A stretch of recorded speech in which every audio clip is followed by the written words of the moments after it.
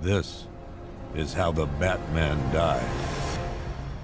I don't think there's been a level of potential disrespect in a video game since Joel getting his head caved in by Abby in The Last of Us 2 all those years ago. Yeah, it's been a few years since that game came out now. I know, we're starting to get old. So by now, I'm pretty sure damn near everyone has heard of the leaks for the Suicide Squad Kill the Justice League video game, which is an upcoming Rocksteady game that is technically a sequel to the Arkham Knight, and it was in the Arkham universe, despite there being numerous lore contradictions, especially once you start to take into account of the Suicide Squad animated movie that came out all those years ago. Pretty good movie, by the way. Go check it out if you haven't seen it.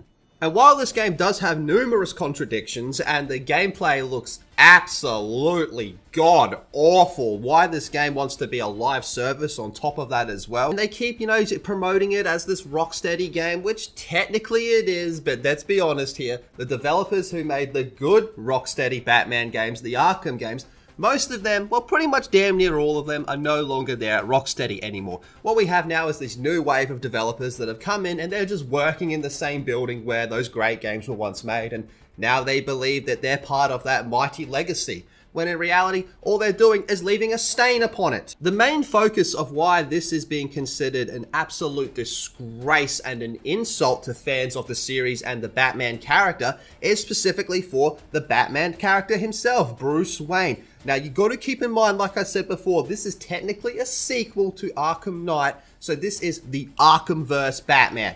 Now, think of all the things the Arkhamverse Batman accomplished within those 4 games previously: Origins, Asylum, City, and Knight.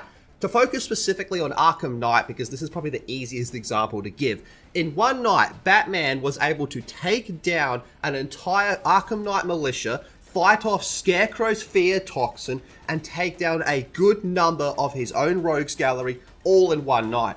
Arkham City, he was poisoned for that one night, and look at what he was able to accomplish. Arkham Batman is one of the strongest versions of Batman to ever exist without getting into god characters and cosmic stuff and all that type of mumbo-jumbo that exists within the multiverse of comics. Plain and simple, Arkhamverse Batman is broken. He's overpowered as fuck. And the Arkham Batman, the story was tied up in a very nice, neat little bow with the ending of Arkham Knight and the Nightfall Protocol and the Nightmare Batman, all that type of stuff. It was a terrific ending to the series. Might not have been the strongest game in the series, but it was a fantastic ending and we could have just left it at that and moved on.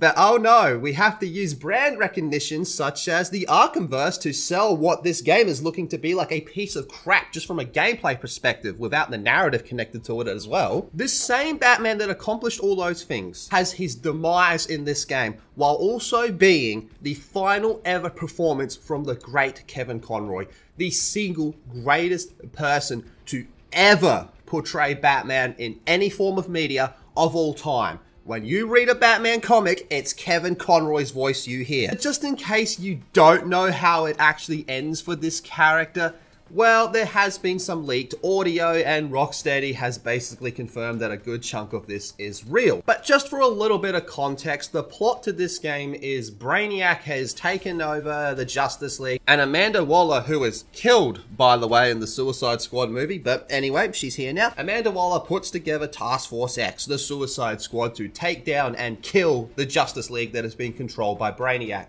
including Superman. How they're going to accomplish that? I don't know. Speculation. I feel like there's going to be a bit of a cop-out when it comes to Superman. So all of that brings us to how the Suicide Squad inevitably confronts Arkham Batman. Again, the final performance from the great Kevin Conroy. And the way it ends is the 4 members of the Suicide Squad, Harley Quinn, King Shark, race-swapped Deadshot, and Speed Force-infused Captain Boomerang are able to defeat Arkham Batman, and then Harley Quinn executes him, shoots him in the head. The end for Arkham Batman. The same Batman that in one night was able to do all those things that we mentioned previously, plus a hell of a lot more, is now defeated by some of his weakest opponents. Yeah, ridiculous. And then executed by Harley Quinn. If this was not the same Arkham Batman, I don't think there would be a hell of a lot of backlash as there is right now. And now the common defense for this is, oh, but it's called Kill the Justice League. What did you expect? It's literally in the name. The problem with that, though, is that it's the same Batman from the Arkhamverse. It's a continuation to Arkham Knight. So not only are we undoing the fantastic ending of Arkham Knight, we are now killing off Batman by some of his weakest opponents. This overpowered god tier Batman is defeated by 4 of his potential weakest foes that he could come up against. Oh, quick little side note by the way, King Shark actually does die in the Suicide Squad movie, but he's back, baby. I want you to think back to a game that came out and was forgotten relatively quickly called Gotham Knights. Yeah, this game was a disaster. It was laughed at, it was mocked, and then people moved on. It wasn't offensive in the same regard that this Suicide Squad game is. The Gotham Knights game was in its own separate universe, so no one really had this connection to this pre-established version of Batman. Whereas with the Suicide Squad game, we have Origins, Asylum, City, and Night, all building up this Batman and his whole story throughout all that drama that happens in those games, to have him killed off in one of the most unsatisfying and disrespectful endings they could possibly think for this Batman. And just as an extra layer to make it even worse, one of the most memorable moments from the Arkham Knight game was Poison Ivy's sacrifice. Well, now she's been reborn, she's back, something to do with a flower. She's been reborn as a child with no memory of her previous life. And then Harley Quinn says this to her. You really don't know me? Harley and Ivy forever? In 10-story burning letters? Say, hold up, wait a minute. Look, all in all, if you're looking forward to this game, that's totally fine. Myself or anyone else doesn't get to tell you what video games you can and can't buy.